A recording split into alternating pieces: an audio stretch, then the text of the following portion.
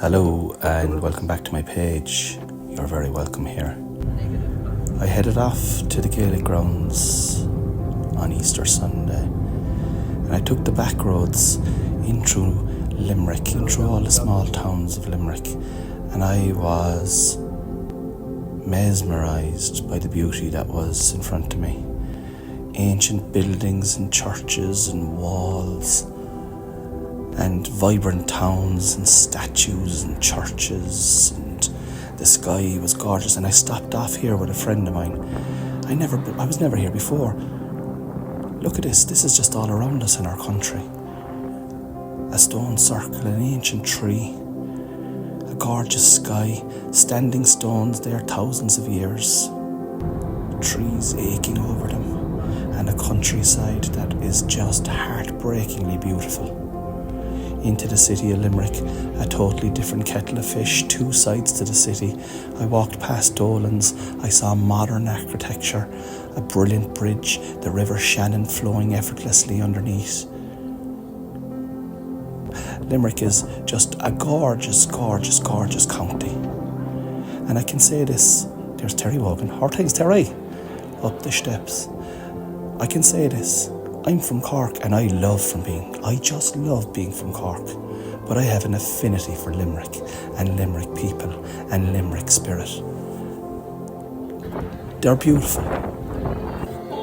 They're intrinsically themselves. And I admire it and admire them. Now obviously when we play them in hurling, I want them to lose. Anyway, into the Gaelic Grounds, scanning the tickets, and I looked at this wall and I thought to myself, God, there's a fine hurling tradition in Limerick. Kieran Carey, he's coming on my podcast there in a few weeks. I can't wait to talk to him. Met a few people who came to see me in a show. Bottle of water, bar of chocolate, up the yellow steps, and Dublin were giving Clare enough of it in the league. The second division, is it? League B or whatever they call it? The second division. Clare triumphed as expected, and the wind that was blowing was absolutely brutal. Here's Jarlath. Look at that. He didn't even know I was filming this. He makes time for everyone, Jarlath does. He's a gentleman and a scholar, and one of the best presidents we've ever had. Here are the teams, by the way. Pause if you want to see them. A referee stretching, Limerick fans up on their feet, the band walking. Look at them. This is a big day for those guys. The league is a great competition. It really is, but it matters fuck all when it comes down to it. It really does. We're not saying that now because Limerick won yesterday. And if you're just tuning in and you know nothing about hurling and you're just saying, did that guy just tell me that Limerick won? What in the name of God am I watching this video for? Anybody who's a hurling person will know that Limerick won yesterday. Aaron Gallan, and I don't name players normally, but this guy is a genius. An amazing save there by the Cork number 1. Limerick I'll tell you what happened yesterday, right? The first 10 minutes of the game, Limerick went into an all-merciful lead, and Cork were chasing their tails. I missed the Cork goal, but it was a mistake here. I caught it on the Sunday game afterwards. Across the goal, our all-star pounced on it, and it was a very fortuitous goal, and it sliced their 6-point lead in 2 and kind of kept us within touching distance. But that's all Cork were in this game, touching distance all the way through. I enjoyed the game in parts, but it was very stop-starty. I enjoyed the atmosphere. I enjoyed watching the Rebels. Here's my conversations with Connie, this magic moment of the match. There's Gallan again. Is he even stoppable? That's the question that all inter-county managers will be asking this year when they're facing Limerick. Is he stoppable? Because yesterday, he was unstoppable. What an amazing hurler he is. And he would grace any of the great teams. Cork kept in it with imperious free-taking and tenacity. But as I had said in my match discussion, I made a video on it during the week. my prediction, I just thought Limerick were going to win this game. I felt that they had more anger in their bellies than Cork did. See this fella getting up off the chair there?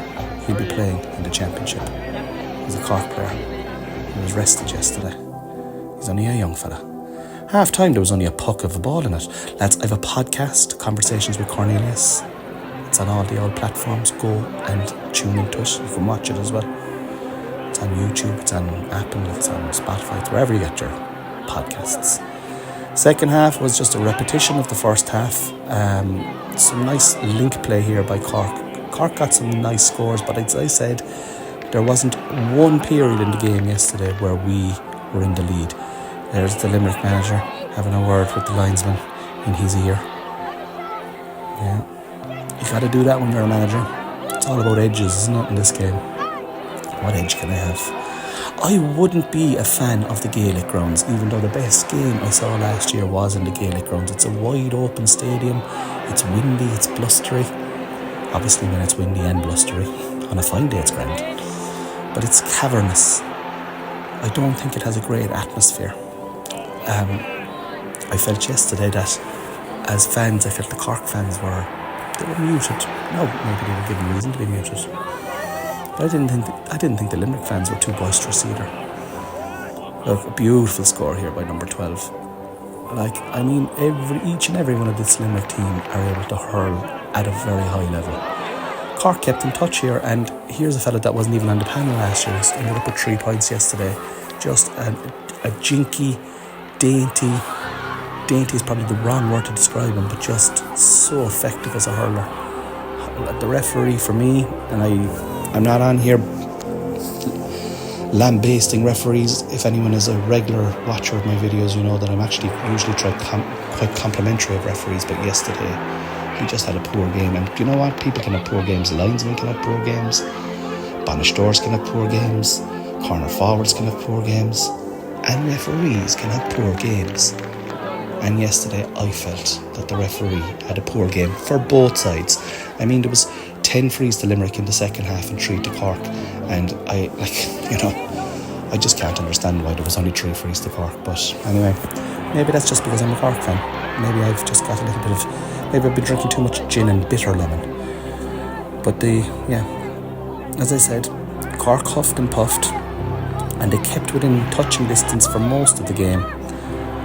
But this man here, look at he's got rubber in his ankles. He's able to twist and turn.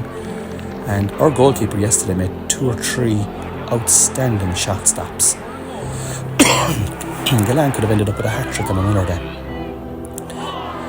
Great save by... That was actually wide. I thought it was our goalkeeper. There was a lot of handbags. The pigeons were getting involved. But mostly handbags. And then it was over. And off I went. Back home.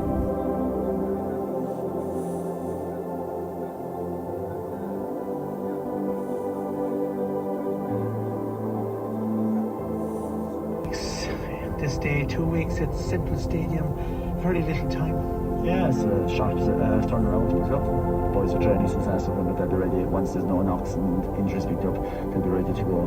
We're looking forward to now. We'll draw a line under the league after tonight. Tomorrow morning we'll forget about it and we'll move on. Of course, then there's 3 competitions that we're playing and the league is over now. So we'll be back, boys. We'll be back. Up the Rebels. We're picking the other 2 over what you were in the league. So